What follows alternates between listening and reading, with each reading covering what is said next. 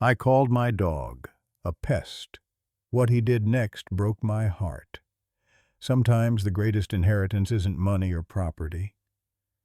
It's the love we thought we'd left behind. There are moments in life that break you in ways you never see coming. For Daniel, that moment arrived wrapped in fur, loyalty, and eyes that carried the weight of grief he wasn't ready to face. His name was Winston, a golden Labrador with a graying muzzle and a heart that refused to grow old. Winston had been Daniel's shadow once, back when life was simpler, when high school hallways were the biggest challenge, and coming home meant paws thundering toward the door and a wet nose pressed into his palm. But that was another lifetime ago. Daniel had left for college at 18, chasing dreams in a city that promised everything his small hometown couldn't.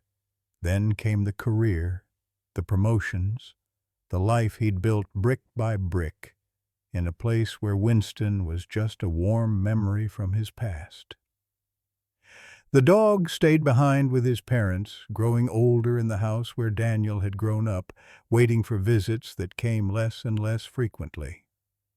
And then, one gray Tuesday morning, everything shattered. The call came at 6:47 a.m. Daniel still remembers the exact time because he was staring at his phone, wondering why his mother hadn't responded to his text from the night before. The accident had been instant. A truck ran a red light. His parents never saw it coming. The funeral was a blur of black clothing, hushed voices, and condolences that felt like knives. But what Daniel remembers most clearly is seeing Winston at his parents' house afterward, confused, searching every room, whimpering at the door as if waiting for them to come home. The old dog had lost his entire world. And Daniel? He'd inherited that world, whether he was ready or not. Winston adapted to apartment life better than Daniel expected. The spacious suburban home with its backyard was gone, replaced by hardwood floors and the constant hum of city traffic below. But Winston didn't complain. He never did. He found his corner near the window where afternoon sunlight pooled warm on the floor. He learned the new walking routes, the different smells, the rhythm of Daniel's routine. But some nights, when darkness settled heavy and the apartment grew too quiet, Winston would howl, not loud, not demanding, just sad. A low, mournful sound that cut through the silence like a confession. Daniel knew what those howls meant. Winston was remembering. The hands that used to pet him, the voices that used to call his name, the home that no longer existed. On those nights, Daniel would slide down onto the floor beside him, running his fingers through the soft fur behind Winston's ears, feeling his own throat tighten with the same grief. "I miss them too, buddy," he'd whisper into the darkness. "I miss them too." Slowly, painfully, the sharp edges of loss began to soften. 6 months passed, then 7. Daniel and Winston fell into a comfortable rhythm, two souls healing together, bound by shared memories and quiet companionship. Winston became the constant Daniel didn't know he needed. Every morning, without fail, those warm brown eyes would be waiting when Daniel opened his bedroom door. Every evening, before Daniel could even remove his shoes, a wagging tail would greet him at the entrance. Winston craved affection the way some people crave coffee. Constantly, unapologetically. He'd nudge Daniel's hand with his nose, rest his head on Daniel's lap during dinner, follow him from room to room with devoted persistence. "You're leaving all day anyway," those eyes seemed to say. "At least give me this moment." And Daniel always did. How could he not? Winston asked for so little and gave so much. until that one terrible morning. Daniel's eyes snapped open to harsh daylight streaming through the curtains. His heart lurched. Something was wrong. He grabbed his phone. 9:23 a.m. No, no, no, no! The investor meeting. The presentation he'd spent weeks preparing. It started at 10 a.m. across town, and his alarm, the alarm that was supposed to wake him at 6:30, had somehow, impossibly, failed. Panic flooded his system like ice water. This meeting could make or break his career. His boss had made that crystal clear. Winston appeared in the doorway, tail wagging hopefully, looking at Daniel with that familiar morning expression. "Walk time?" "Not now, Winston," Daniel snapped, throwing on yesterday's shirt. But Winston followed him to the bathroom, then the kitchen, pressing his cold nose against Daniel's leg, clearly confused why their routine was broken. The minutes were ticking away like bombs. Daniel's hand shook as he struggled with his tie. Winston whined softly, sensing something was wrong but not understanding what. "Okay, fine. Quick walk, 2 minutes." Daniel practically dragged Winston outside, barely letting him sniff anything before pulling him back toward the building. Winston looked hurt, but followed obediently. Back inside, Daniel grabbed his briefcase, his laptop, his keys. Winston stationed himself by the door, as always, waiting for the goodbye ritual, the ear scratch, the be good buddy, the moment of connection before Daniel disappeared for the day. But Daniel was already 15 steps past rational thought, drowning in calculations of traffic patterns and apologies he'd have to make. Winston nudged his hand. Once, twice, then let out a small, questioning growl. Not aggressive, just concerned. And Daniel snapped, "Stop it! You're not helping. I don't have time for this." The words came out harsh, frustrated, cruel. "Just go lie down. You're being a pest." Winston's ears flattened. His tail stopped mid-wag. For a moment, those brown eyes just stared at Daniel with something that looked painfully like hurt. Then, slowly, the old dog turned and walked back to his bed in the corner, settling down with a heavy sigh. He rested his head on his paws and watched his owner with an expression that absolutely gutted Daniel. But there was no time to process it, no time to apologize, no time for anything but the door slamming shut behind him.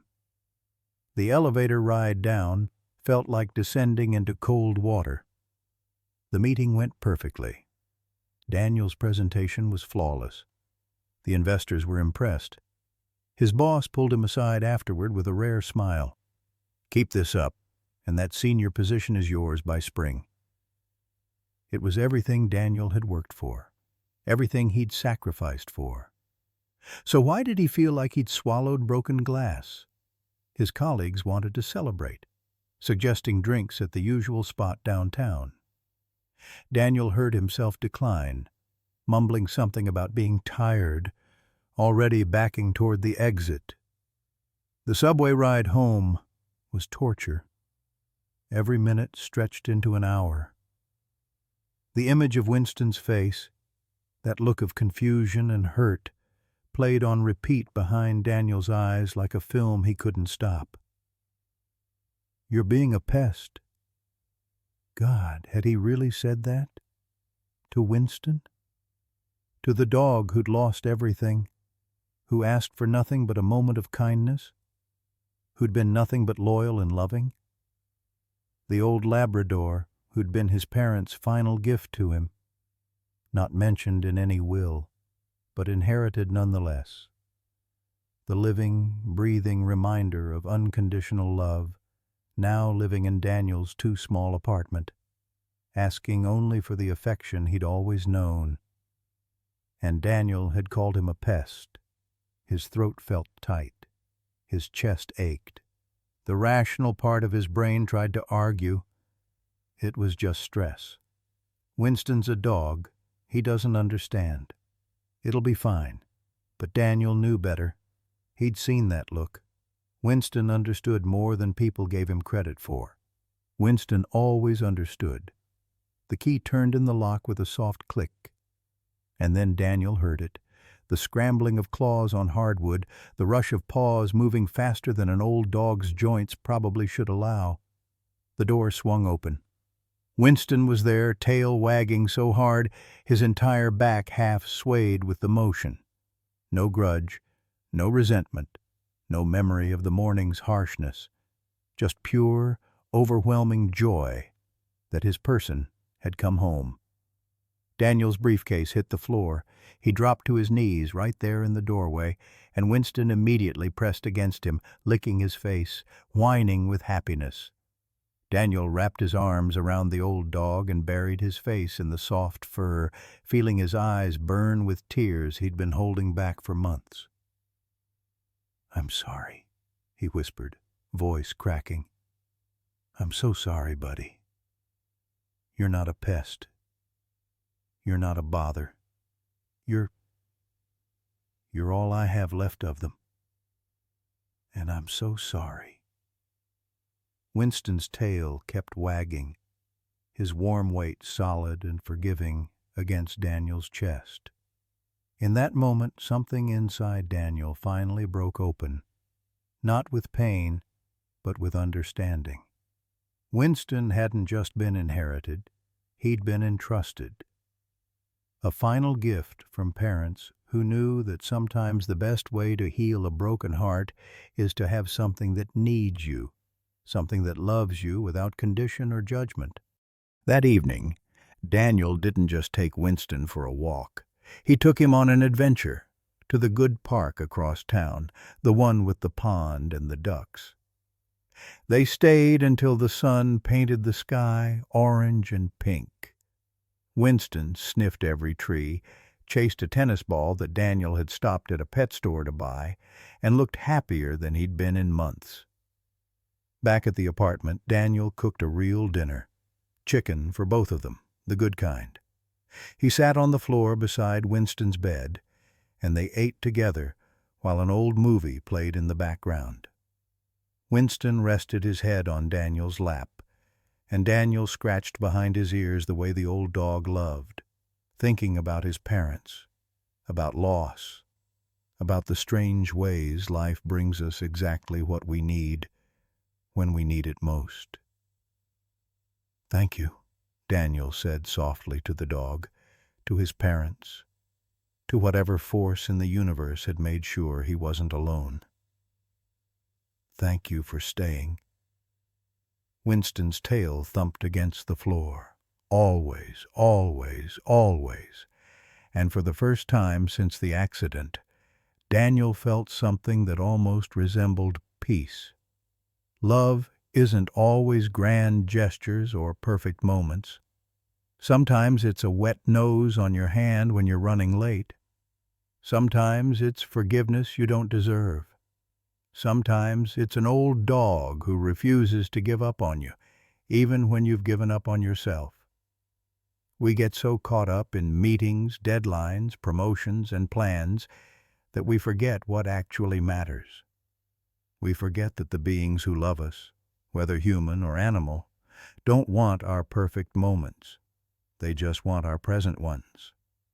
Winston didn't need Daniel to be successful or impressive or always put together.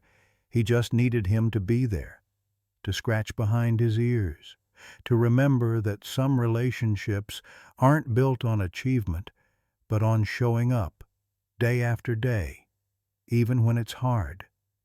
Especially when it's hard. So here's the truth that Daniel learned the hard way. The things we love won't wait forever. The opportunities to be kind, to be patient, to be present, they come with expiration dates we never see until they're gone. Don't wait for tragedy to teach you what matters. Don't let stress make you cruel to the ones who love you most. And never ever forget that sometimes the greatest inheritance isn't money or property. It's the chance to love something completely, to be loved completely in return, and to honor that gift every single day. If this story touched your heart, hit that like button and subscribe for more stories that remind us what really matters in life. Share this with someone who needs to hear it today. And leave a comment below.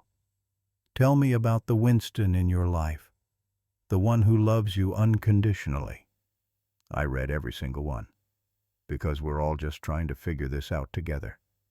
And sometimes, the best teachers have 4 legs and a wagging tail.